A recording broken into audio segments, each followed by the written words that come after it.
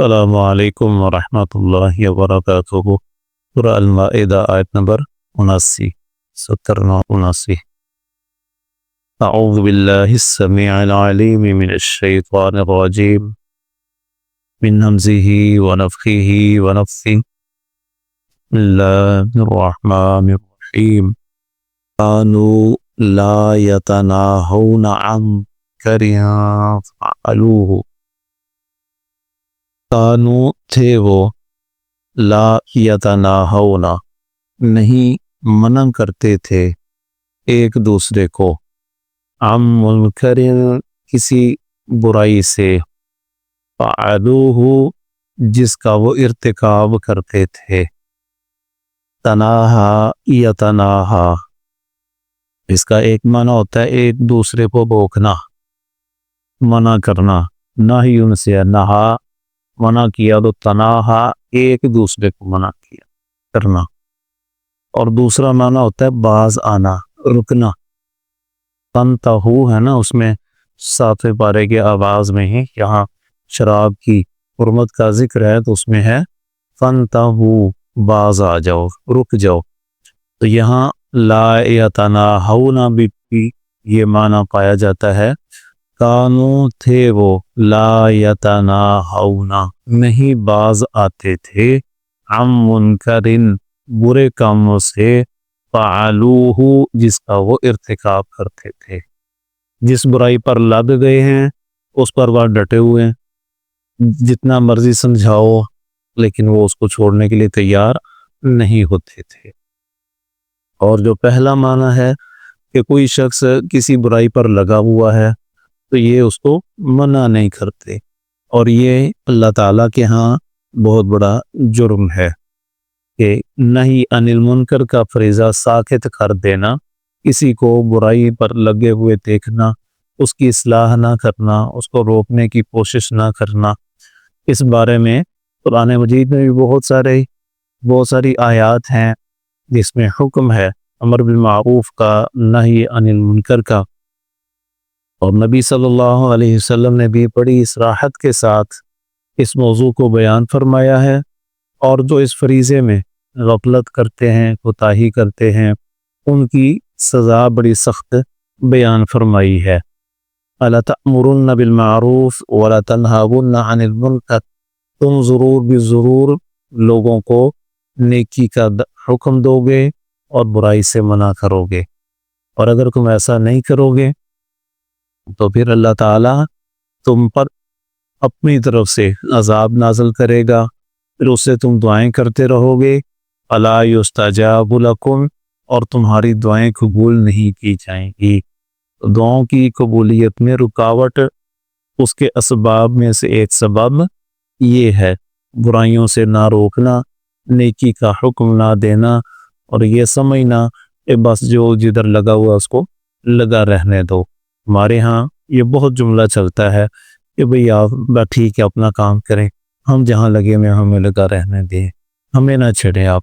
اور ایک اور جملہ ہے اپنا عقیدہ چھوڑو نہیں اور دوسرے کو چھیڑو نہیں، یہ غلط ہے۔ یہ بھی اگر اس پر نبی صلی اللہ علیہ وسلم عمل کرتے، اپنا عقیدہ سنبھالو، کسی دوسرے کو نہ چھیڑو، تو پھر یہ اسلام کی دعوت کبھی بھی آگے نہ بڑھتی، اور آج ہمارے پاس اسلام کی دولت نہ ہوتی۔ نبی صلی اللہ علیہ وسلم نے اپنے عقیدے کو دوسروں تک پہنچایا ہے اور دوسروں کے عقیدے کی غلطیاں واضح کی ہیں۔ یہ دشمنیاں اسی لیے تھیں۔ مکہ میں جہاں آپ کو صادق و امین کہا جاتا تھا، وہیں سے آپ کو جادوگر اور ساحر، مجنون، دیوانہ، پاگل اور جھوٹا اور پتہ نہیں کیا کچھ کہا جاتا رہا۔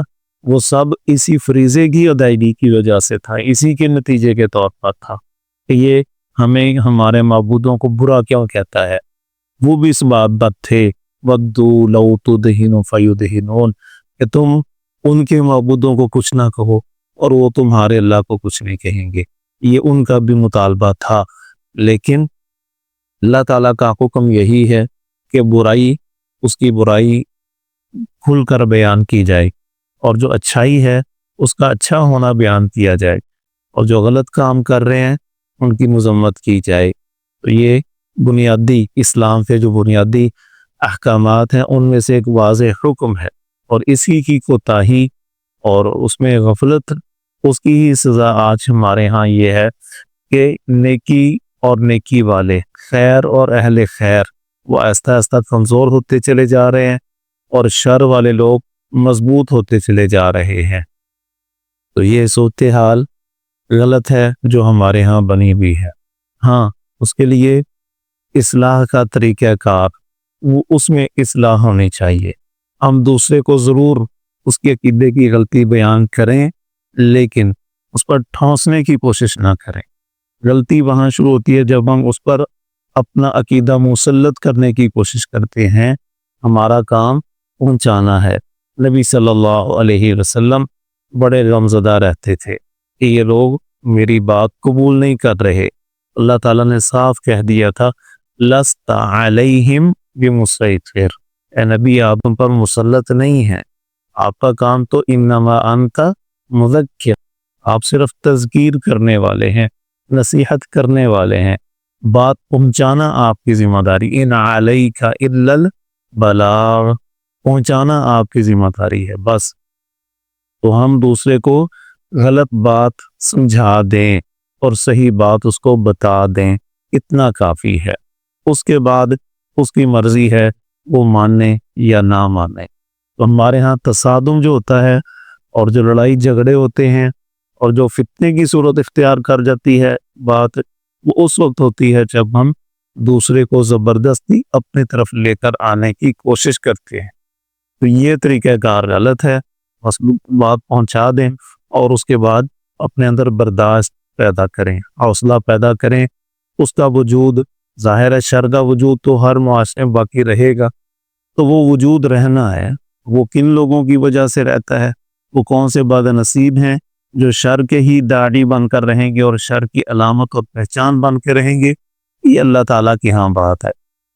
ہماری ذمہ داری خیر پہنچانا ہے۔ رسول اللہ صلی اللہ علیہ وسلم نے فرمایا اللہ تعالیٰ کے ہاں جو خیر اور شر ہے اس کی چابیاں لوگوں کو بنا دیا گیا ہے۔ اب وہ لوگ جو خیر کی چابیاں ہیں اور شر کے تالے ہیں، ان کے لیے بہت مبارک ہے اور طوبہ ہے ان کے لیے۔ خیر کی چابیاں مطلب جس طرح چابی سے تالا کھلتا ہے، اسی طرح وہ لوگ خیر کے پھیلنے کا باعث بن جاتے ہیں، ان سے خیر پھوٹتی ہے، ان سے خیر شروع ہوتی ہے۔ اور شر کا تالا اللہ تعالیٰ نے کو بنا دیا ہے، مطلب تالے کے ساتھ آپ کسی چیز کو بند کر دیتے ہیں، روک دیتے ہیں۔ اسی طرح وہ لوگ شر کو روکنے والے بن جاتے ہیں، اس کا دروازہ بند کرنے والے، اس کا دائرہ کار محدود کرنے والے بن جاتے ہیں۔ تو یہ ہیں طوبہ والے لوگ۔ اور جو لوگ شر تو پھیلانے والے، اس کی چابیاں اور خیر کے لیے تالا بن جاتے ہیں، ایسے لوگوں کے لیے ویل اور ہلاکت ہے، بربادی ہے۔ تو ہم کوشش کریں ہم جہاں ہیں ہم خیر کو آگے پھیلانے والے بن جائیں اور شر کو روکنے والے بن جائیں۔ تو روکنے کے بھی طریقے بتا دیے کہ جو شخص استطاعت رکھتا ہے، اختیار رکھتا ہے، اس پر لازم ہے کہ وہ برائی کو ہاتھ سے روکے گا۔ مر رأى منکم منکرا فلیغیرہ بیدہ، جو تم میں سے برائی دیکھے تو اس کو ہاتھ سے روکے۔ تو ہاتھ سے روکنا کس کی ذمہ داری ہے؟ جس کے پاس اختیار ہے ہاتھ چلانے کا، جس کے پاس قانون کا اختیار موجود ہے، وہ ہاتھ سے روکے گا۔ اگر ہر آدمی ہی ہاتھ سے ہی دوسرے کو روکنا شروع کر دے، پھر معاشرے میں فساد ہوگا۔ گھر کا سربراہ ہے، وہ اپنے گھر میں ہاتھ سے روکے گا۔ علاقے کا سیاسی وڈیرا ہے، وہ اپنے اس دائرہ کار میں ہاتھ سے روکے گا۔ ریاست کا سربراہ ہے، وہ اپنی ریاست کے اندر ہاتھ سے روکے گا۔ لیکن اس کے بعد کے درجے جو ہیں وہ زبان والے اور دل سے برا جاننے والے۔ زبان سے برا، من لم یستطع فعلیہ باللسان، جو فبلسانہ، جو بندہ اس سے پیچھے ہے، یعنی اس کے پاس قانون کا راستہ نہیں ہے، قانون اس کے پاس نہیں ہے، اس کے پاس اختیار نہیں ہے، تو وہ اپنی زبان کے ساتھ رکھے گا، اس کو سمجھائے گا کہ آپ جو کر رہے ہیں اس میں یہ غلطی ہے، آپ کا یہ کام جو ہے یہ شریعت کے متصادم ہے، آپ اس طرح نہ کریں۔